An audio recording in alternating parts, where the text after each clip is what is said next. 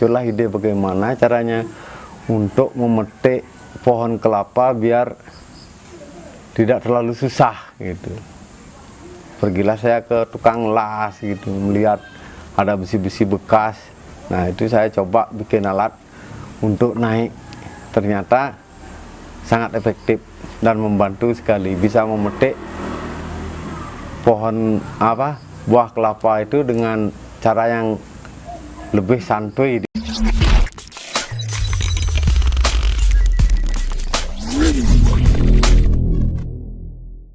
Dari mana melihat alat itu pertama kali sampai terbayang untuk merakit alat itu? Kita mencari-cari, yang namanya anak-anak sekarang kan tahu, bisa lihat nonton YouTube, coba cari alat gini, ternyata ada gitu. Makanya saya coba untuk memperhatikan bagaimana cara pembuatannya dan bagaimana cara penggunaannya. Nah dari sanalah saya meniru gitu istilahnya, meniru ide itu, tapi ya berbedalah sedikit dengan yang lain. Berapa lama Pak Tut merakit alat itu? Dan begitu selesai, apakah langsung berani Pak Tut praktekkan? Kalau kita mengerjakan alat itu secara fokus, paling mengerjaannya di tukang las itu 1 hari udah selesai.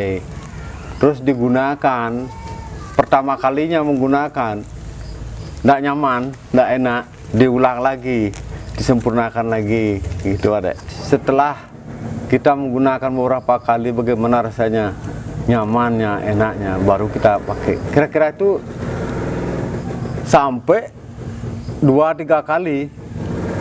2-3 kali percobaan. 2-3 kali percobaan baru berani mengatakan, oh ini bisa dipakai gitu. Nggak berani ngasih orang, kita yang ngetes dulu. Gitu. Di mana Pak Tut uji cobakan alat itu?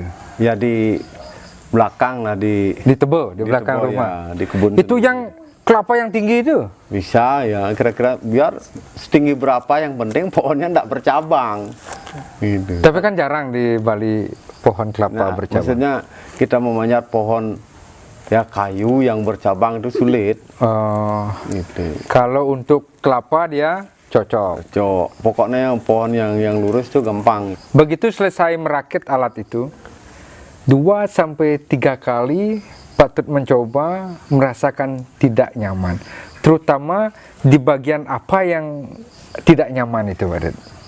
Ya di tempat duduknya, terus di tempat pijakannya. Kadang-kadang dia tuh muter sendiri gitu, nggak mau nyangkut itu. Pertama kali tempat duduknya terlalu jauh, kita tidak bisa meraih pohon. Terus yang kedua, tempat pijakannya waktu ngangkat itu nggak mau dia.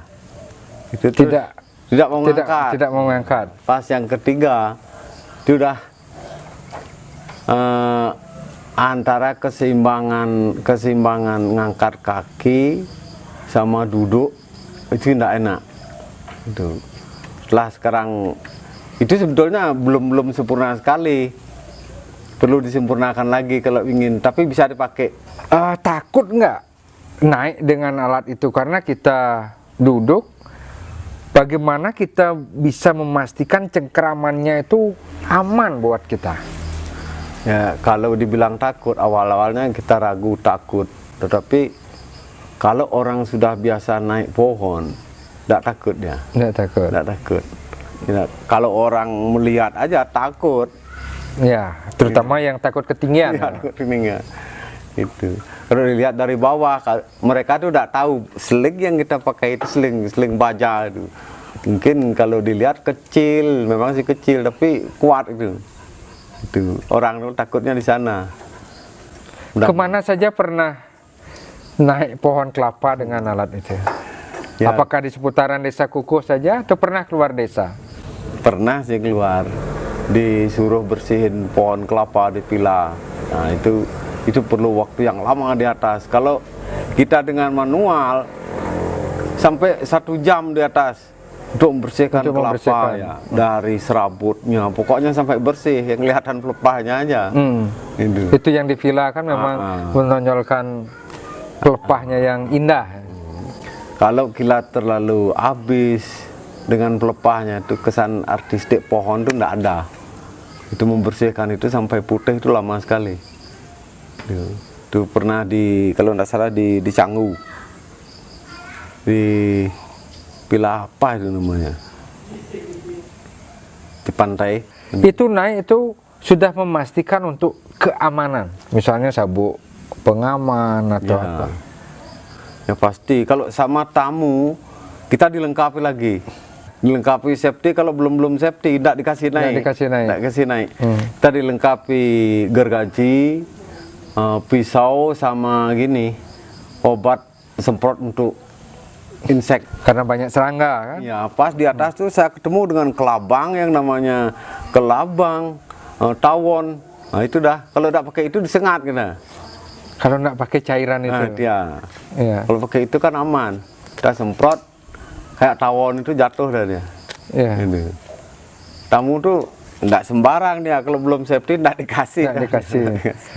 Diutamakan untuk keselamatan sabuk pengaman. Nah, saya lihat juga menggunakan tali jiwa ya untuk Iya. untuk sabuk pengamannya. Itu tali jiwanya itu diikat pada pohon kelapa nantinya. Iya. Ketika sudah di atas. Ya. Tuh. Seandainya ya mudah-mudahan kalau seling kita itu mengalami yang namanya putus, tali itu akan gini dia terjerat di pohon kelapanya dan kita gelantungan di sana. Ya. Pernah dipraktekkan itu Pernah, untuk tali jiwanya? pernah. Artinya menggantung di pernah.